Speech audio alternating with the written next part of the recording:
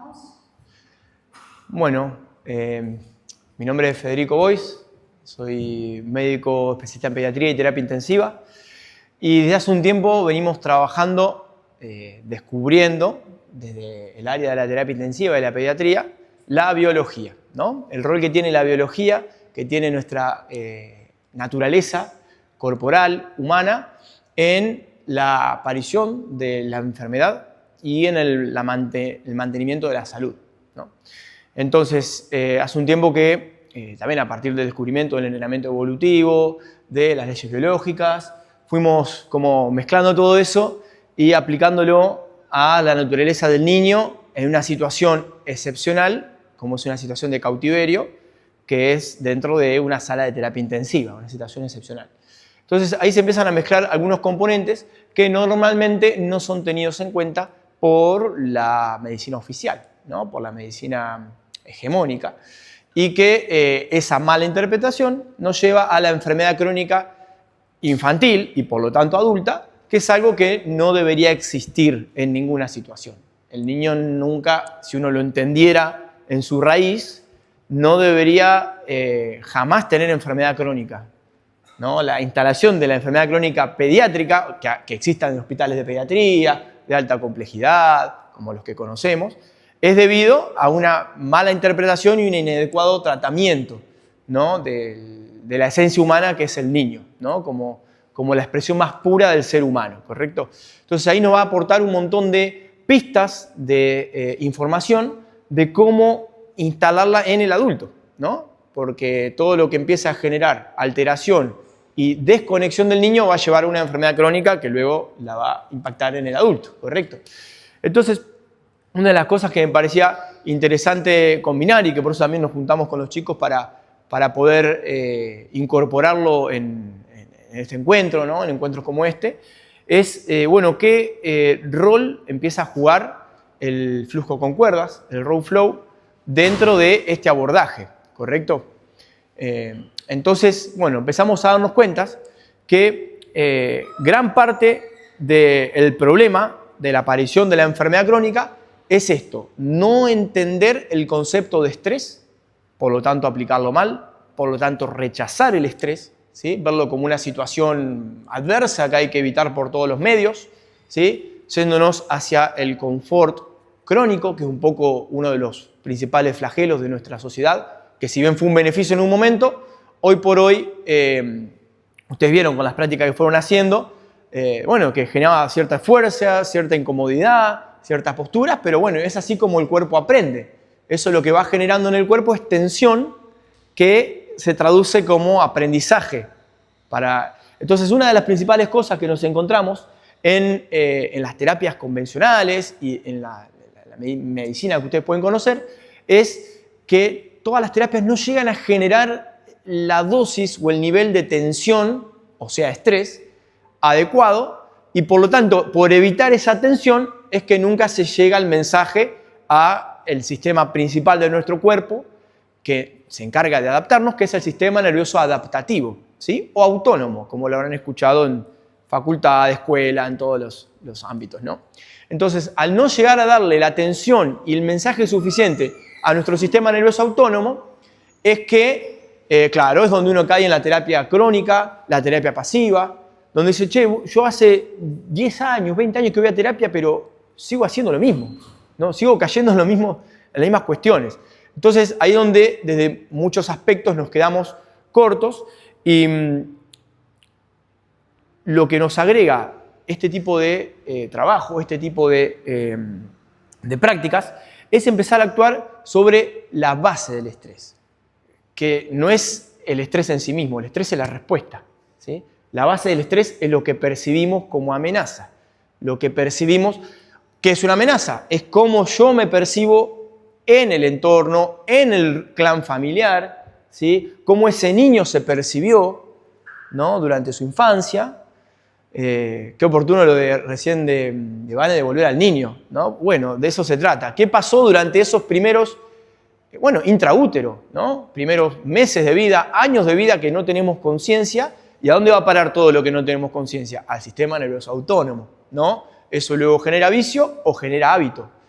Entonces, una forma de empezar a recodificar esos patrones que son inconscientes, ¿sí? Es generando las dosis de estrés, ¿sí? Entendiendo el estrés como la respuesta consecuente de percibirme incapaz, ¿sí? O de percepción de insuficiencia.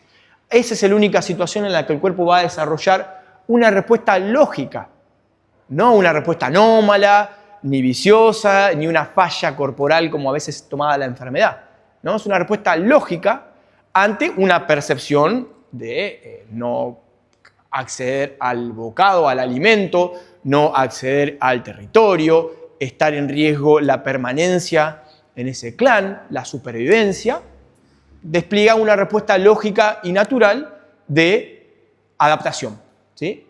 Que es, acá haciendo uso también del concepto de la cuerda, el estrés en términos patológicos, en términos de la medicina oficial, viene derivado ya por 1930 de la mecánica, ¿no? Que es distender.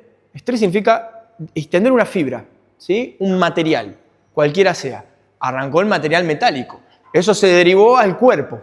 Pero claro, nuestro cuerpo amortigua y procesa la tensión de otra manera que un material netamente mecánico. Entonces, estrés es simplemente aplicar una tensión, ¿sí? Sobre una fibra. La fibra, la cuerda en este caso, sería el cuerpo, ¿sí? Y en el caso del humano, la tensión se aplica de adentro hacia afuera, ¿sí? Si ven, también se puede aplicar de afuera hacia adentro, como ahora que nosotros hacíamos presión sobre el pie, o no sé, o te cae una piedra, bueno, es una tensión.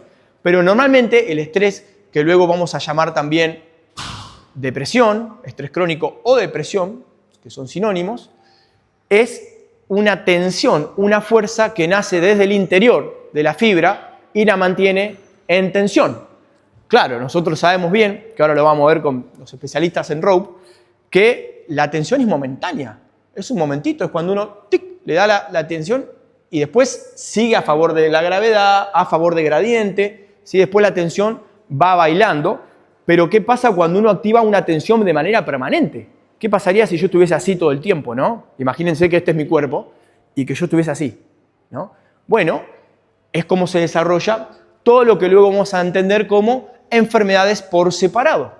En realidad lo que son síntomas, ¿sí? Síntomas de una tensión no detectada, de una tensión oculta, de una tensión desproporcionada, ¿sí? Que es lo que también se llama distrés. ¿A usted le suena la palabra distrés de algo? ¿De dónde le suena? A ver si alguien me puede decir. ¿Lo escucharon por ahí en los medios? ¿Distrés respiratorio? ¿Eh? Claro, la palabra distrés, ¿te suena de algún lado? ¿Distrés respiratorio lo viste en algún lado? ¿La pandemia? ¿Se acuerdan? Sí, era cuando decían que las personas con COVID fallecían de distrés respiratorio, ¿no? O de las complicaciones del COVID, ¿no? Bueno, eso lo que está diciendo es que en el tejido elástico pulmonar, que es un tejido elástico, hay presencia de líquido, por lo cual esa fibra no es fácilmente estresable, entonces a eso se le llama distrés.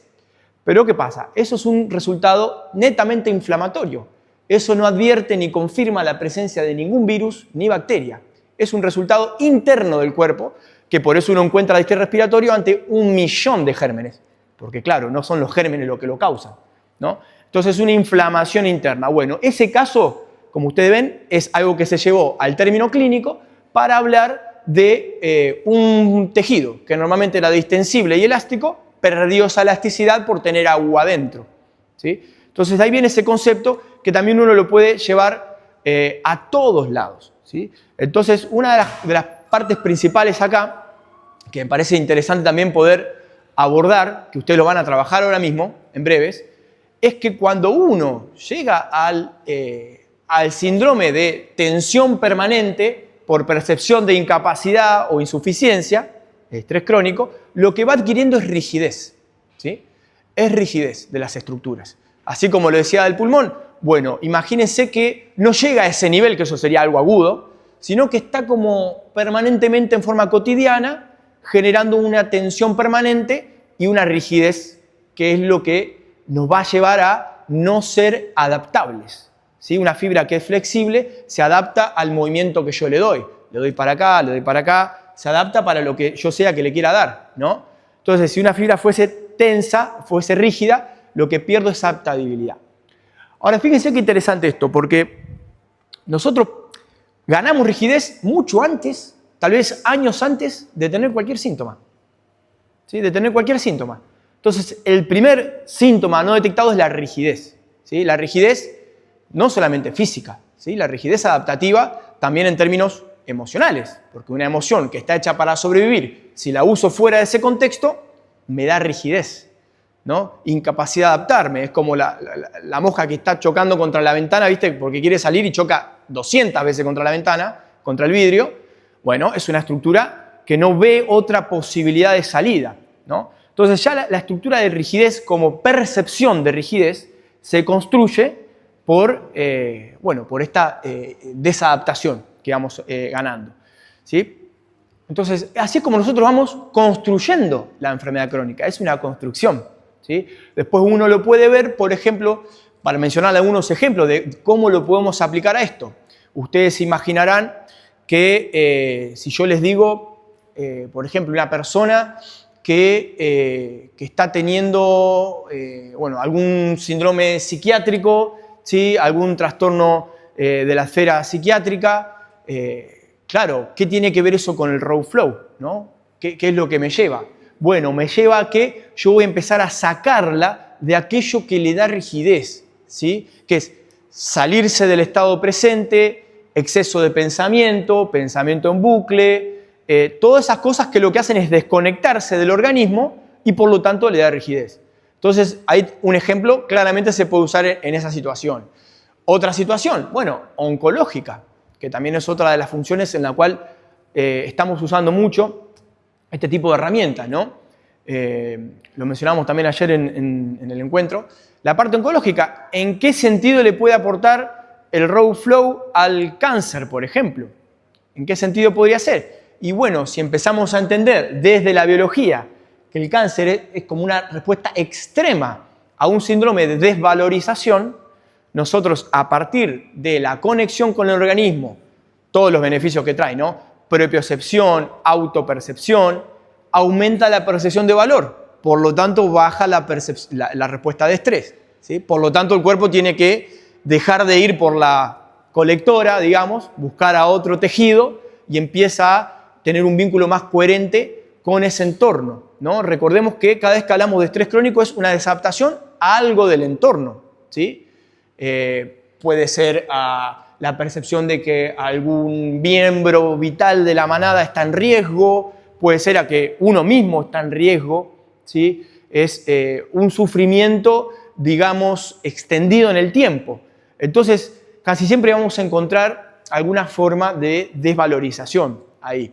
Entonces, este tipo de trabajo que ustedes están haciendo y que van a hacer hoy mismo, empieza a conformar algo distinto en nuestra percepción, ¿sí? Tenemos como que lograr cambiar esa percepción raíz de la cual hemos estado siempre, ¿sí? Que es, ¿por qué la mantenemos si nos hace mal? ¿No? ¿Ustedes a ver, qué piensan? ¿Por qué mantenemos una percepción que es desadaptativa, pero la seguimos manteniendo? Porque de alguna manera nos adapta. Bien. Al entorno que tenemos hoy o las condiciones que estamos hoy superando. Bien, te adapta, te da sentido a lo que vos estás viviendo hoy. De alguna manera, consciente o consciente. Bien ahí, bien, interesante. ¿Cómo está viviendo el cuerpo en esa situación?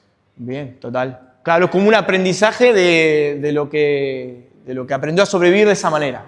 ¿Está? Entonces, como que nuestro cuerpo prioriza lo conocido por sobre lo funcional, ¿no? ¿Por qué? Porque lo conocido... ¿Cómo? Claro, el miedo es justamente la respuesta a lo desconocido. Es justamente eso, ¿no? Entonces, nuestro cuerpo está priorizando la identidad, la pertenencia, ¿sí? Por sobre... me puedo hacer daño, pero con tal de seguir perteneciendo es como un recurso que, claro, es vital para nuestro organismo en nuestro instinto de manada, nuestro instinto gregario de pertenencia. Pero bueno, justamente la enseñanza y el aprendizaje que uno tiene que tratar de transmitir a la persona, al alumno, consultante, quien fuere, es de que su valor no está en juego, ¿sí? A pesar de no pertenecer en ese sentido, ¿sí? Entonces, tiene que ver siempre con una autopercepción y con lo que llamamos el valor biológico de la persona, ¿sí? Que es la capacidad de tener libertad de movimiento, la capacidad de poder acceder a los movimientos básicos que antes no significaban acceder al alimento, ¿sí? Antes no significaban poder escapar, ¿sí? Si yo tengo limitación del movimiento, claramente me voy a percibir en riesgo, porque antes eso significaba que eras comido, ¿no? Entonces, estas libertades que uno va ganando se traducen sí o sí en revertir muchos de los síntomas que, según la medicina convencional, son irreversibles, ¿sí? Es un poco ganar autonomía, ¿sí? Entonces, para volver un poquito a los beneficios, que estamos mencionando algunos, vamos a tener beneficios en cuanto a anotar cuáles son las limitaciones, cuáles son las restricciones que nuestro cuerpo tiene, ¿sí? Entonces vamos a tener un beneficio, si quiere, diagnóstico, ¿sí? Porque si algo que tendría que ser fluido a mí me genera una tensión que yo lo estoy haciendo no excesivamente y tengo todo tenso el resto del cuerpo, por ejemplo, bueno, voy a darme cuenta que estoy compensando con una parte, ¿no? Voy a empezar a tener un autoconocimiento de mi cuerpo, qué limitación tengo para rotar, qué limitación tengo en los pies, ¿no? En las raíces. Vamos a empezar a ver también desde el punto de vista de nuestra percepción y nuestras emociones más frecuentes. Si cuando estoy practicando empieza a generar frustración porque no me sale como el de al lado, ¿no? Entonces empieza a experimentar esa sensación, bueno, ahí ya puedo dar con parte de un conocimiento que es inconsciente, ¿no? Que son las emociones más frecuentes, ¿sí? O que digo, no, que me sale mal, me empiezo a hablar mal, me empiezo a tratar mal, podemos empezar a vislumbrar tal vez un hábito de culpa, ¿sí? Entonces, todo este tipo de cosas que normalmente se diluyen dentro de nuestra cultura actual, son interesantes que empiezan a salir, ¿no? Y acá nada más estamos hablando de la parte evaluativa, diagnóstica nada más, ¿sí?